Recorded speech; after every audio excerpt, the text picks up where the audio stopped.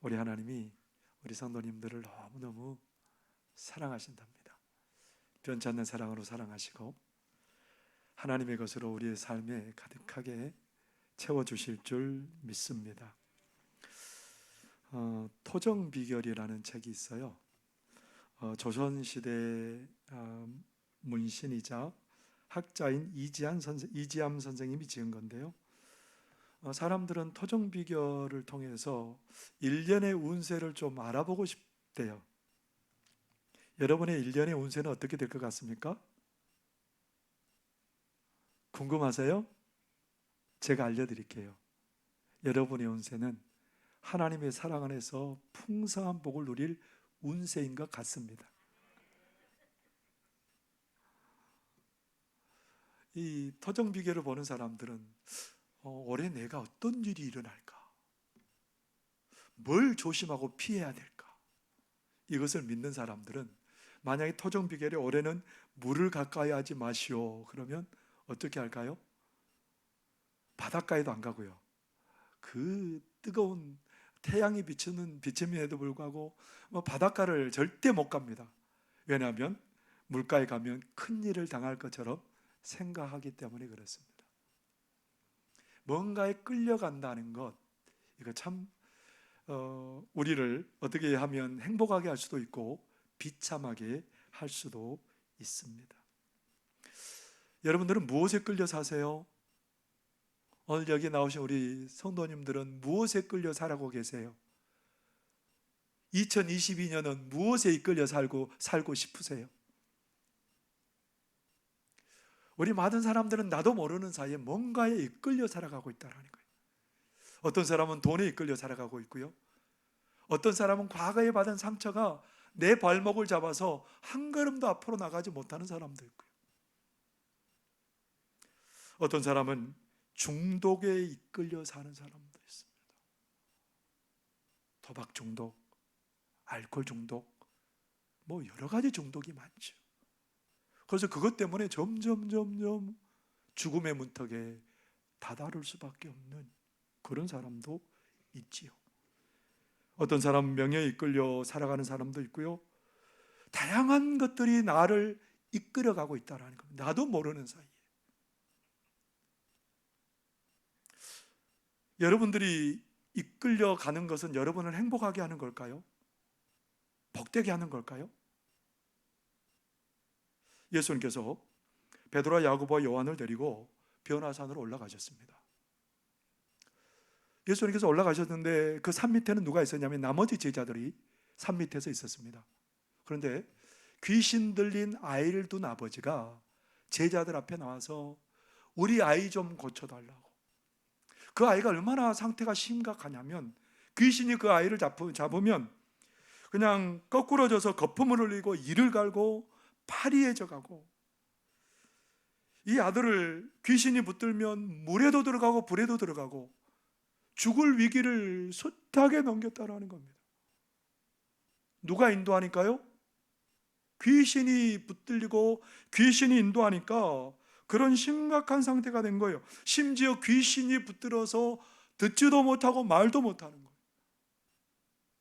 근데 제자들이 지금 공경에 처해 있습니다. 이 귀신을 쫓아내지도 못하고 공경에 처해 있는데 예수님이 그때 때마침 산 밑으로 내려오셨습니다. 그러니까 이 아버지가 이 아들을 데리고 예수님 앞에 나가서 예수님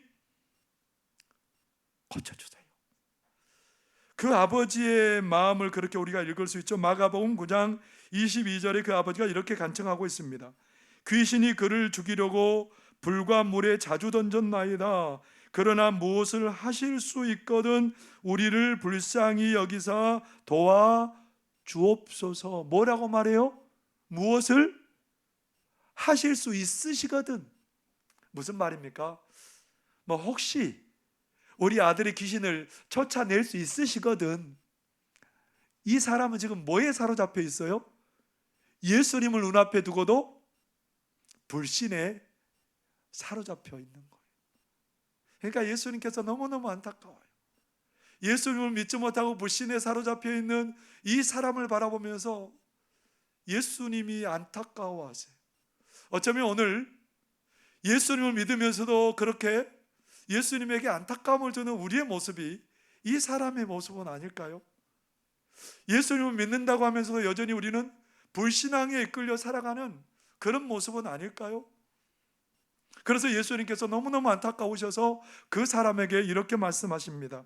마가복음 9장 23절에 보면 예수께서 이르시되 할 수 있거든이 무슨 말이냐? 믿는 자에게는 능히 하지 못할 일이 없느니라 하시니.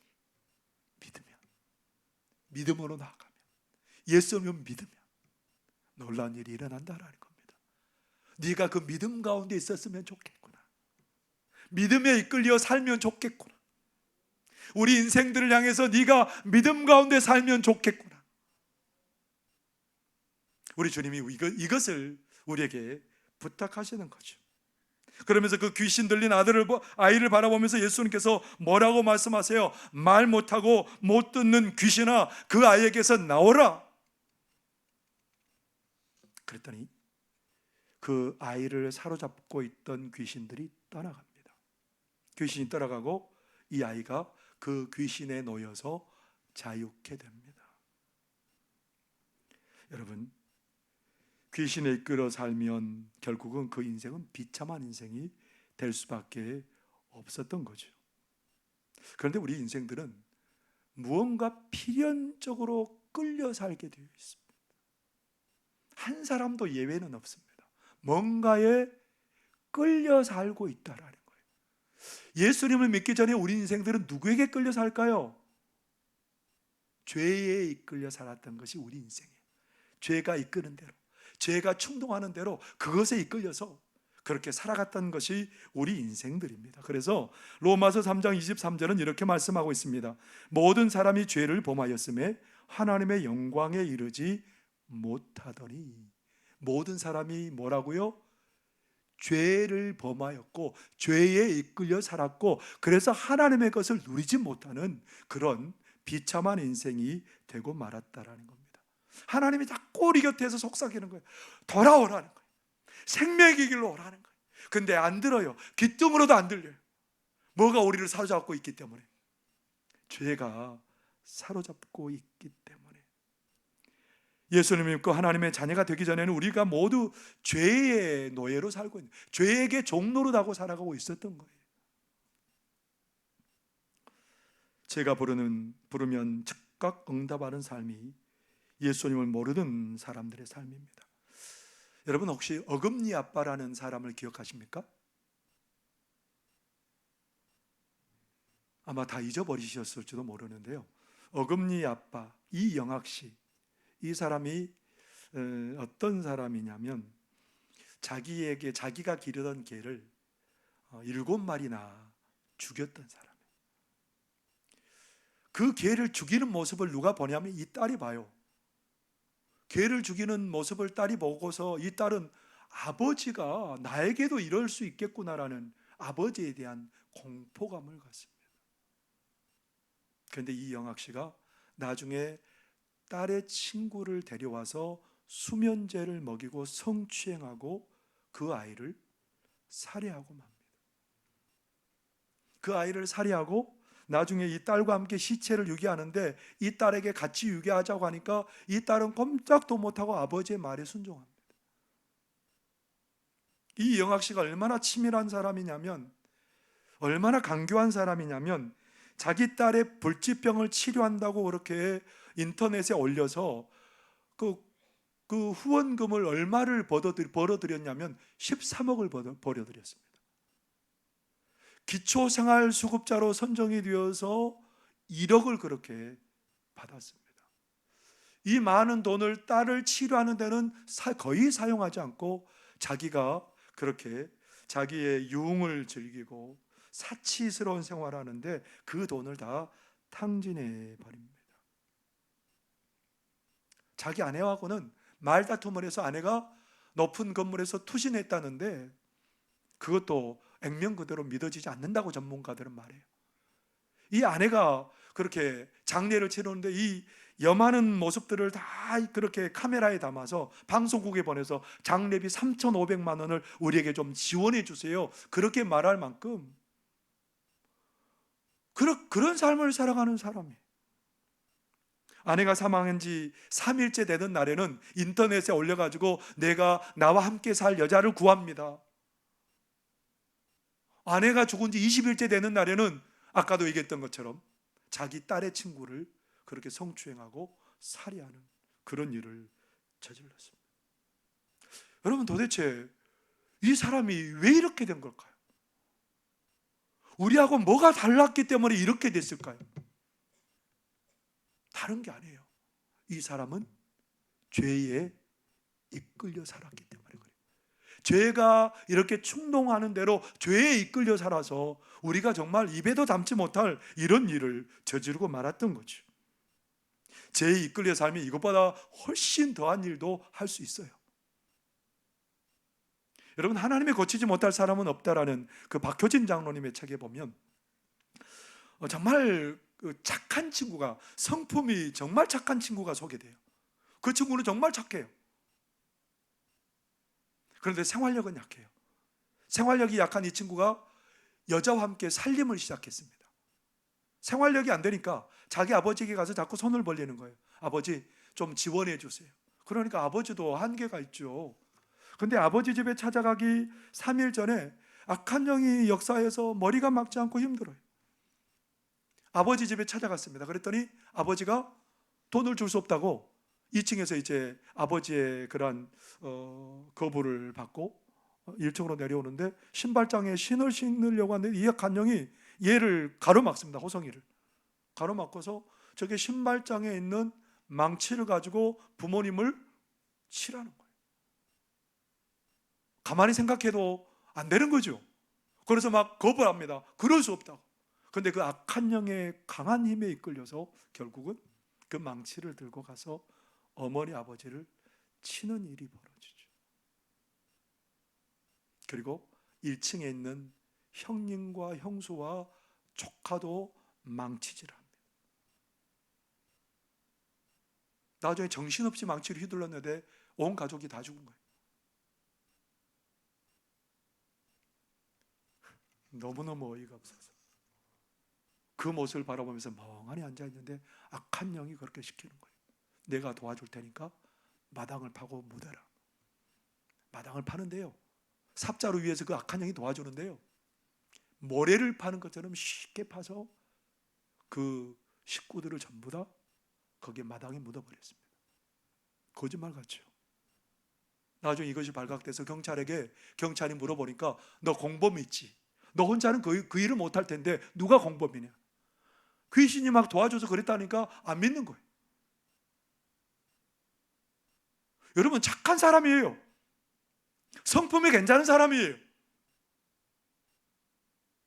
그런데 죄에 이끌리고 악한 영에 이끌리니까 우리가 입에 담지 못할 일을 버리고 말았던 거죠. 그 사람이 얼마나 많이 배웠느냐, 그 사람이 인격이 얼마나 고매하냐, 그 사람이 얼마나 부자냐, 얼마나 권력을 가졌느냐, 이게 문제가 아니라는 거예요. 그 사람을 뭐가 잡고 이끌고 있느냐, 이게 문제라는 겁니다. 그 이끄는 것에 따라서 그 사람은 달라질 수 있는 거죠. 죄에 이끌려 살아가면 결국 우리 인생들은 하나님의 생명에 참여하지도 못하고 하나님을 대적하게 되고요, 다른 사람들 해하는 일들을 감당하게 되고 결국은 자기도 파멸 속으로 뛰쳐들어가는 그런 삶을 살 수밖에 없어요. 그런 인생을 하나님이 바라보면서, 우리 인생을 바라보면서 애끓는 심정이 하나님에게 있는 거예요. 우리를 긍휼히 여기는 마음이 있는 거예요. 그래서 아담과 하와가 범죄한 때부터 우리 예수님을 보내시기로 작정하신 거예요. 예수님을 보내서 그 예수님의 십자가의 죽으심을 통해서 이 모든 죄의 사슬을, 죄의 결박을 끊으시려는 하나님의 계획이 있으셨고 하나님이 그 일을 이루셨습니다.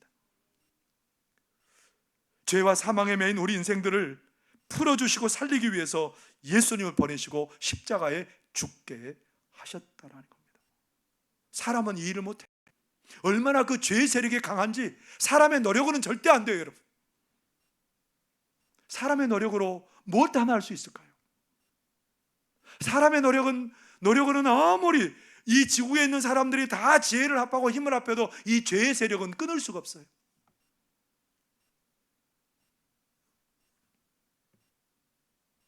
그런데 하나님이 그 길을 만들으셨어요. 예수님을 통해서 죄의 결박을 끊어내게 하셨습니다. 그래서 우리는 예수님을 믿을 때 어떤 일이 벌어졌답니까? 죄에 대해서 우리가 죽어버렸답니다. 죄에 대해서 죽었대요. 로마서 6장 2절에 보면 그렇게 말씀하십니다. 그럴 수 없느니라. 죄에 대하여 죽은 우리가 어찌 그 가운데 더 살리요. 11절에도 보면 이렇게 말씀하십니다. 이와 같이 너희도 너희 자신을 죄에 대하여 죽은 자요 그리스도 예수 안에서 하나님께 대하여 살아있는 자로 여길지어다. 우리는 죄에 대해서 죽어버렸습니다. 이것은 이 말은 문법적으로 살펴보면 이제는 이미 우리가 죄에 대해서 죽어버려서 더 이상 그 가운데서 살 수 없는 존재가 되어버렸다는 거예요.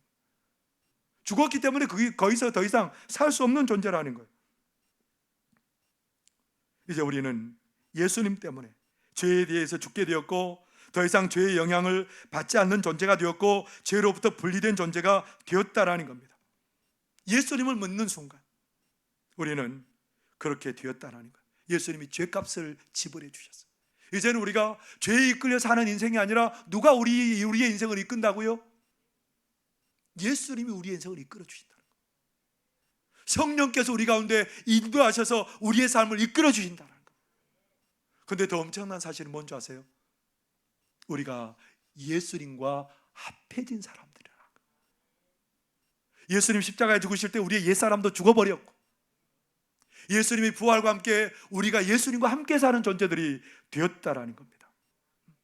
우리는 예수님과 합한 사람이 되었고 예수님의 이끌림 받는 사람이 되었고 그래서 우리는 하나님께 반응하는 사람들이 되었고 예수님이 가져오신 승리를 누리는 사람들이 되었다는 겁니다. 그래서 뭐라고 말해요? 내가 그리스도와 함께 십자가에 못 박혔나니 그런즉 이제는 내 안에 내가 산 것이 아니요 나를 사랑하사 자기 몸을 버리신 그리스도 예수께서 내 안에 사는 것이라고 고백하는 거예요. 누가 내 안에 사는 거예요?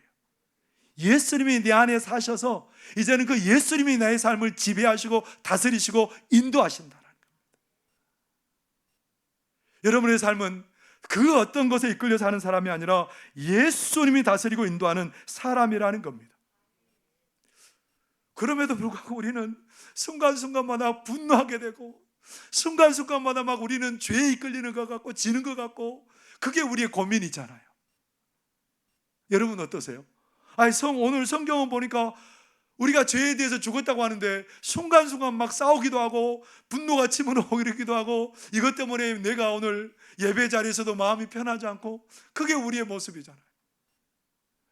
왜 그렇습니까? 여전히 우리에게는 죄의 본성이 남아있기 때문에 그렇습니다. 그럼에도 불구하고 우리가 고백해야 되는 것은 뭐예요? 이런 죄성을 이겨야 된다는 거예요. 누구 때문에요? 예수님 때문에. 오늘 예수님께서 그 방법을 일러주세요. 예수님께서 40일 동안 금식하시고 너무 배가 고프셨어요. 이것을 너무 잘 아는 사단이 와가지고 네가 하나님의 아들이냐? 그러면 돌을 가지고 떡을 만들어서 먹어라.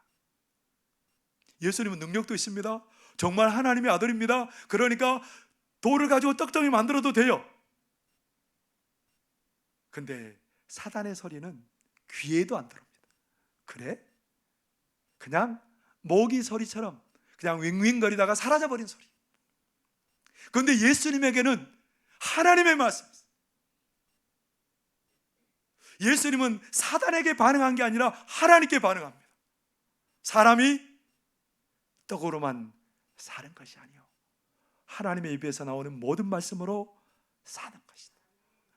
그러니까 하나님의 말씀이 예수님을 부르는 거예요.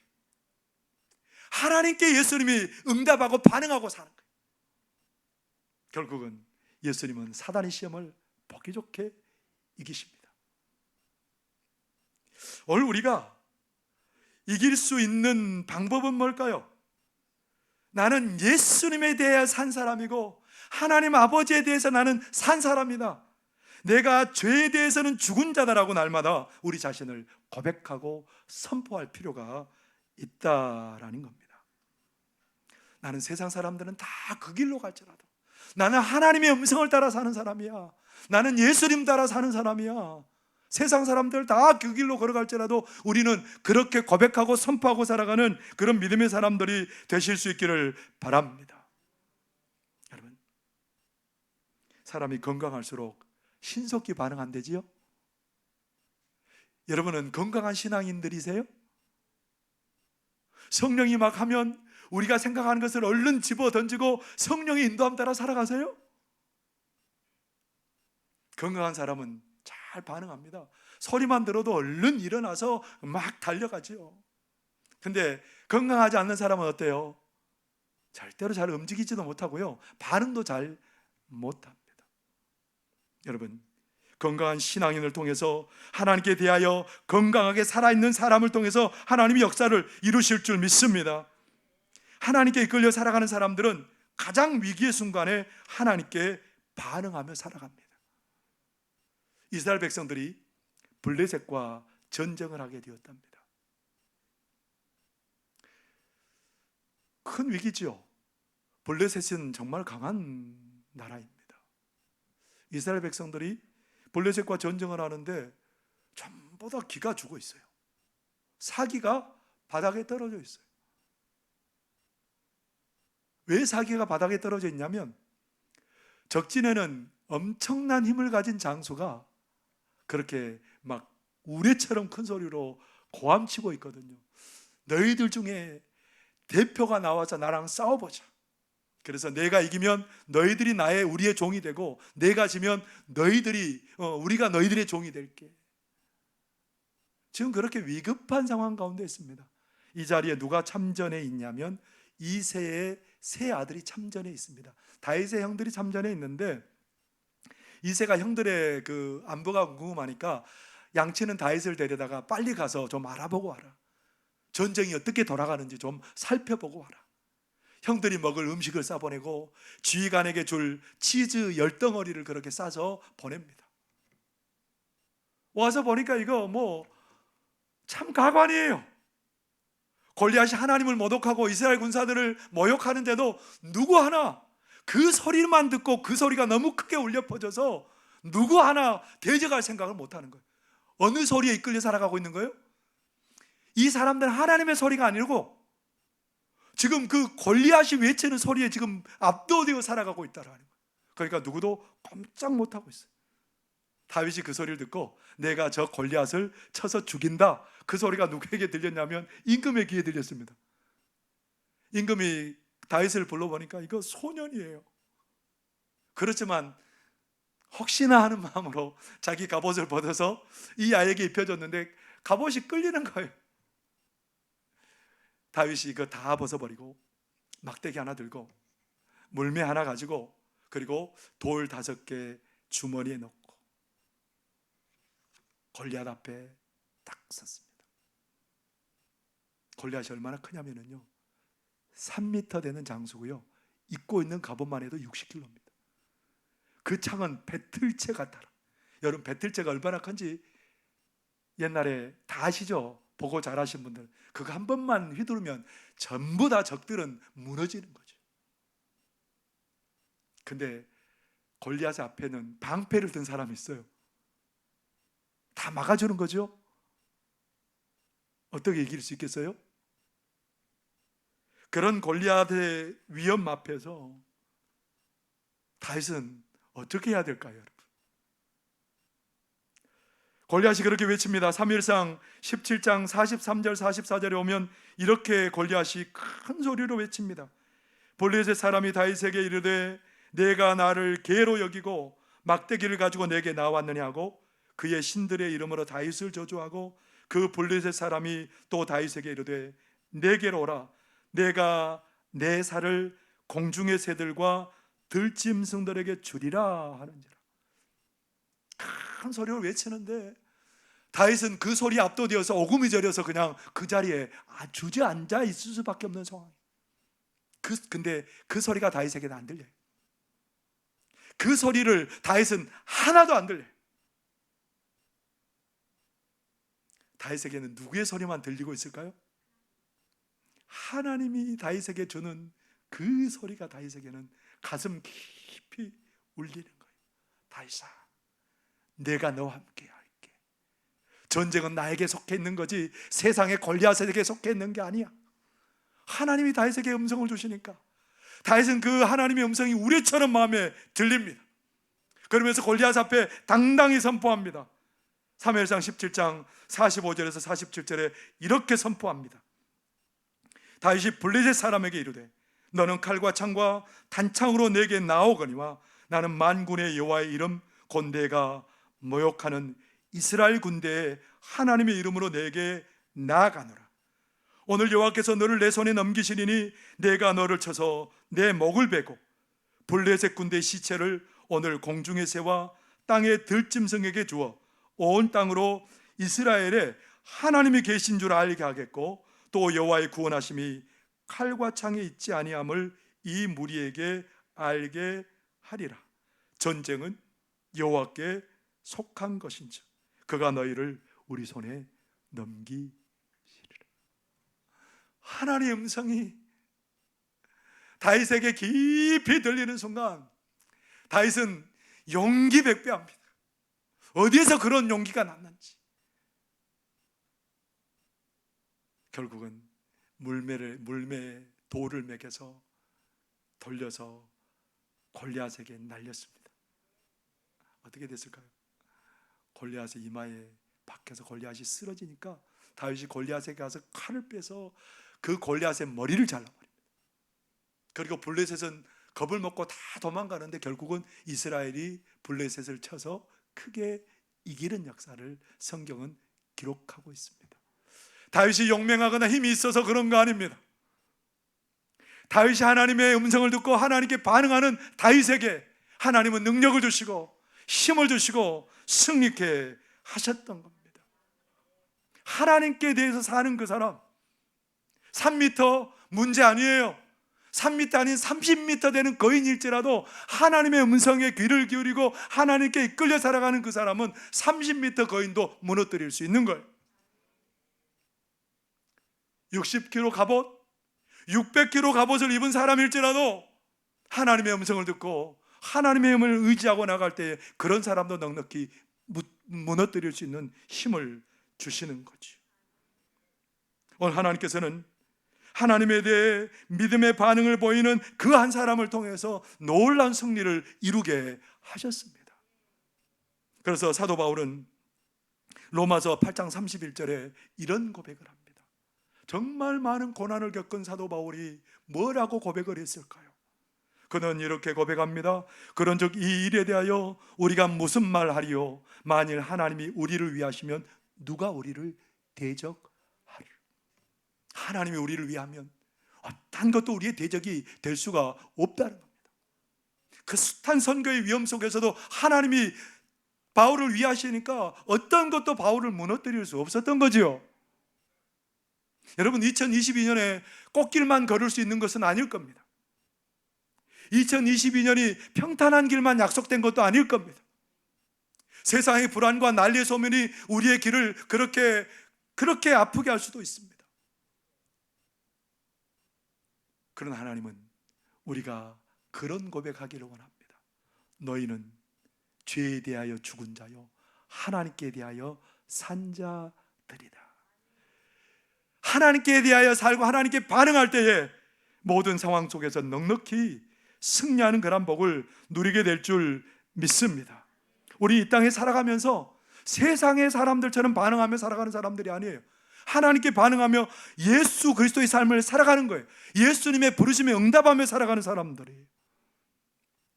백석대학교 이우재 교수님은 이렇게 말합니다. 여러분들 앞에 있는 자막을 보시기 바랍니다. 주님은 세상이 언제나 악을 처단하는 방식으로 선호하는 총칼의 방식이 아니라 십자가의 연약함을 통해 이기셨다. 예수님의 방식은 저주으로 이기는 것이다. 우리는 힘과 권력으로 세상을 제압하는 사람들이 아니라 내어줌과 희생의 방식으로 세상을 돌아오게 하는 사람들이다. 세상의 방식은 어떻다라는 거예요? 세상은 자꾸 우리의 귀에 크게 소리를 지른다라는 겁니다. 뭐라고 소리를 지른다라는 거예요? 총과 칼로 너희들이 무력으로 세상 사람들을 그렇게 통치하고 다스려라. 너희들이 뭔가를 사람들을 권력으로 힘으로 제압해서 너희들이 그런 것들을 다스리라. 근데 우리 예수님은 뭐라고 소리쳐요? 그 세상에 길을 닫고 예수님께 길을 엮고 살라는 거예요. 뭐라고 말해요? 너희들은 십자가의 그 내어줌으로, 저줌으로, 내어줌과 희생으로 세상을 돌아오게 하는 사람들이다. 예수님께 살고 예수님께 길을 열고 살아가는 사람들은 삶의 방법이 다르다는 거예요. 세상 사람들과 확연히 구별되는 삶을 살아갈 수 있다라는 겁니다. 분당의 우리 교회 이찬소 목사님은 이렇게 말합니다. 어린 양 예수의 겸손을 닮아가는데 회복이 있다. 가정의 회복을 가져올 열쇠도 여기에 있다. 부부가 계속 대립하면 가정의 회복은 없다. 하나는 죽어야 한다. 하나는 희생해야 한다. 하나는 어린 양이 되어 피를 흘려야 한다. 그래야 회복이 일어난다. 교회도 마찬가지다.